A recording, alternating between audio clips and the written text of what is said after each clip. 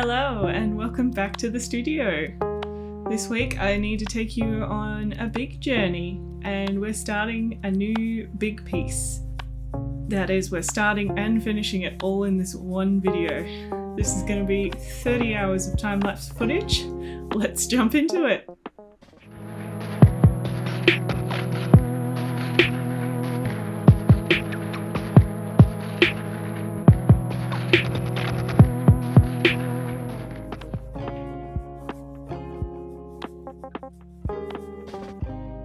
To start a big work, I normally like to do studies or at least colour swatch tests, so that way I know what I'm in for and I can make some decisions before jumping into the large painting.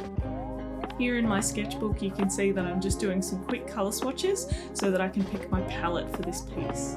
This piece has a lot of strong blues and golds and I wanted to make sure they weren't going to be jarring, but they'd still be nice and intense. So I'm using a range of different tones. I'm just getting the tiniest little blob out of each of my palettes. And you can see here I'm sort of combining two ideas so that I can use warm and cool blues and warm and cool golds.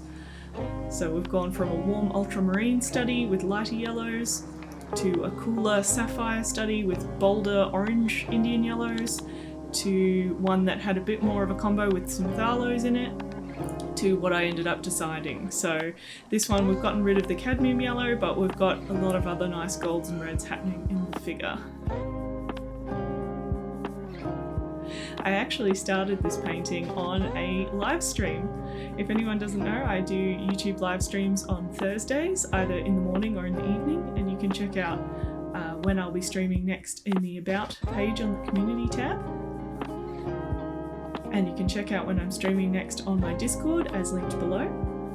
To start this one, we've got a nice big aluminium composite panel, and then I've gone straight in with the background after blocking in just the silhouette of where my figure is going to be on the board. I wanted the background to be quite stormy blue, but having that mix between a cooler section on the left and warmer blues, ultramarine deeps, that sort of thing on the right.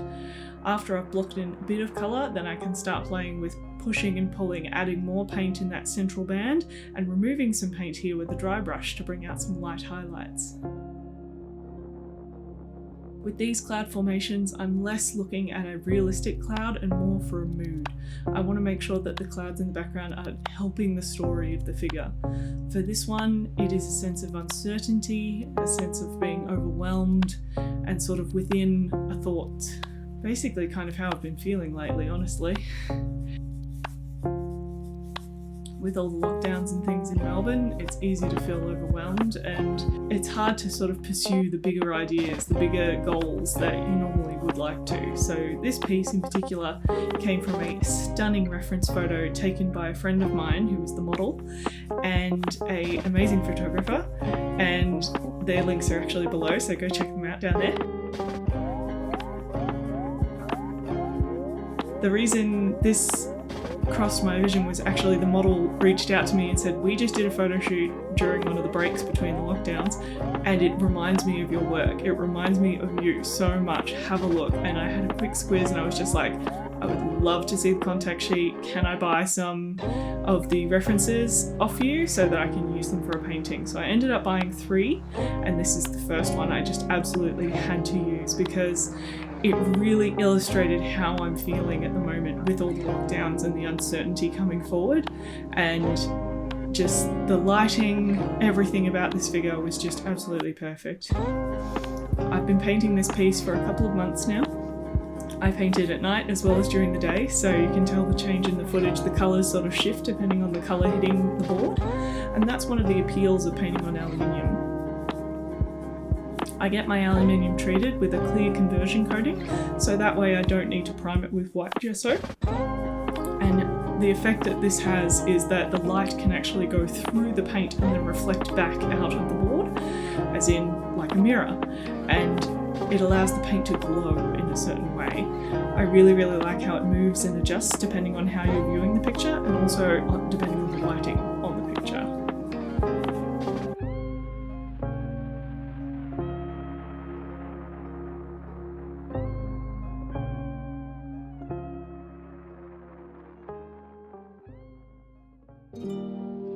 To start with the actual figure themselves, you can see I blocked in just a very quick sketch.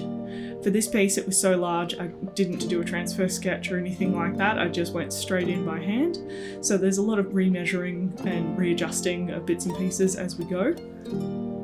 But overall I feel like I got her in the shape, in the silhouette quite nicely, and the fact that she is surrounded by fabric, which we'll get into in a moment, gives you a little bit of leeway in terms of you can add and subtract.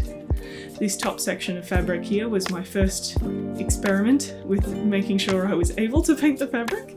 I just wanted to pick one more contained section and play with the colours and play with the folds and really concentrate on one section so I could see how the rest of it was going to come together.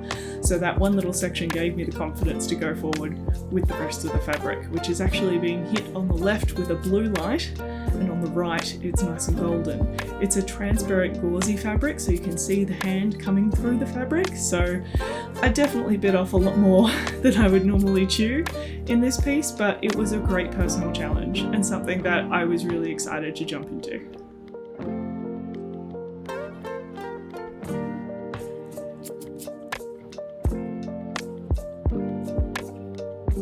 The figure herself, I really wanted her skin to glow, so I started with some really golden undertones and then gradually calmed it down. So with a lot of these paintings, especially on the aluminium, I like to start very high chroma and then allow it to tone itself down a little bit, because that high chroma underneath sort of reflects through the paint, and I feel like it just gives more gusto to my paintwork.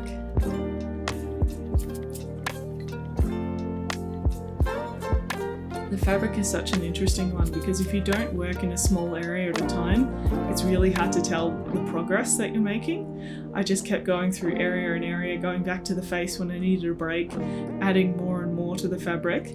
And it was one of those things that even though I was adding layers and I knew something was happening, it was hard to see the forest through the trees. The face gave me a lot of opportunity to bounce back and forth and give myself breaks in between the other parts, and I think that's a good painting technique, is to give yourself bits that you enjoy to break up the bits that you don't enjoy as much maybe, and also to change between what's really hard work and what's, more enjoyable work. You need to get yourself through the painting, so whatever works for you. This is just something that I do quite regularly. You'll also notice I've avoided most of the hair until this point. I really wanted to get the skin tones working well underneath first.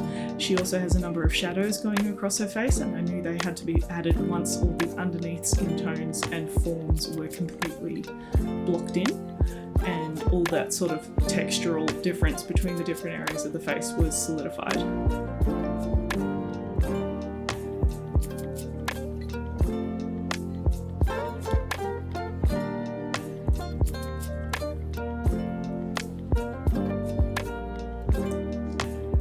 Another interesting feature of this particular photo shoot is the model and the photographer decided to use coloured contacts, white mascara and white detailing through the eyebrows.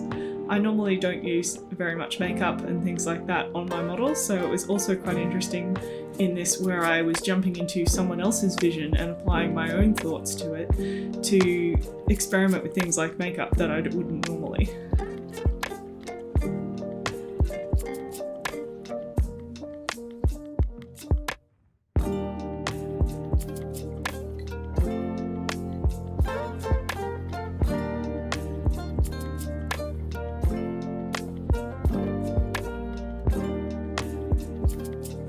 Fabric really starts coming together once I dedicated myself to a section at a time. I think I learned my lesson after fiddling around with the gold areas again and again and again that I really needed to isolate. So the fabric on the left there was sort of a couple of sessions, and then I gradually worked my way across to the right.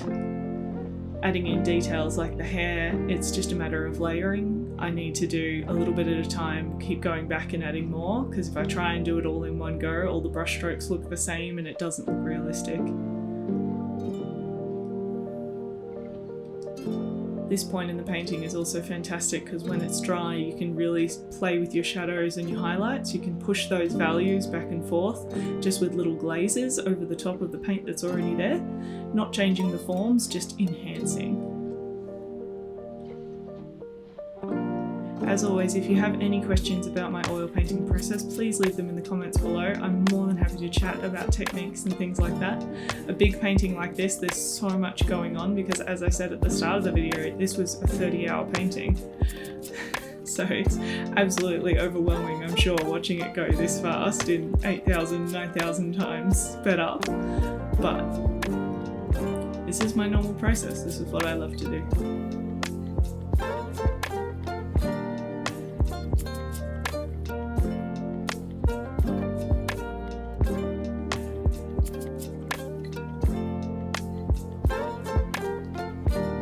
Gotta love doing little details like the eyelashes. As terrifying as they are, at least having the paint dry below means that I can wipe them off if they don't work.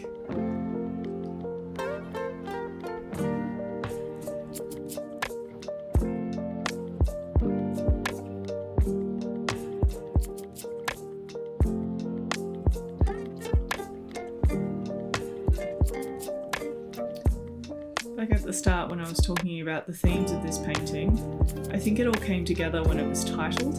I started with titles like, I'm fine, how are you? Things that really reflected my current conversations where none of us really feel fine. None of us feel okay, but we're all faking it together. And in these final details where I added a line going through, a connecting gold line, the title came to me quite well. In that this painting is an allegory. It's a representation of a broader idea, and that is the combination of two factors: beauty, which I love to paint, and the uncertainty that I feel in my heart. So she became the allegory of uncertainty and beauty.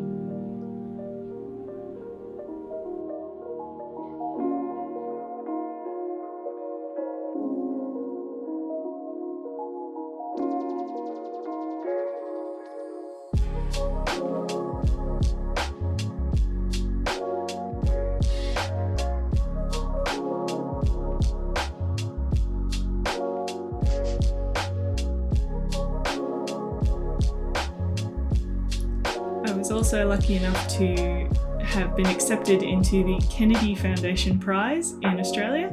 So this piece, once it was all complete, got packed up and sent off to South Australia to the Royal South Australian Society of Arts for the Kennedy Prize exhibition. I actually had two pieces accepted. My other piece was IO's Agency, which you can see in this video linked above. And both pieces hung in the exhibition in September 2021. I absolutely love these photos that the Kennedy Prize shared, and I'm so thankful to the RSASA because unfortunately due to lockdowns I got stuck in Melbourne and I wasn't allowed to go over and see the show.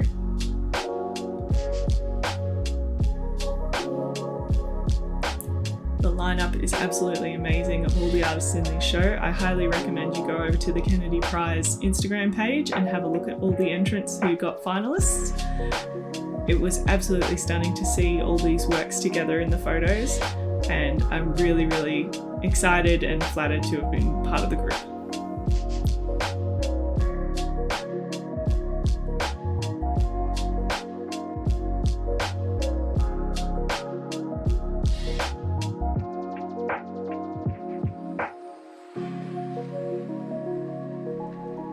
Also, I'd like to say a huge congratulations to Sally Robinson, who took out the prize with this piece.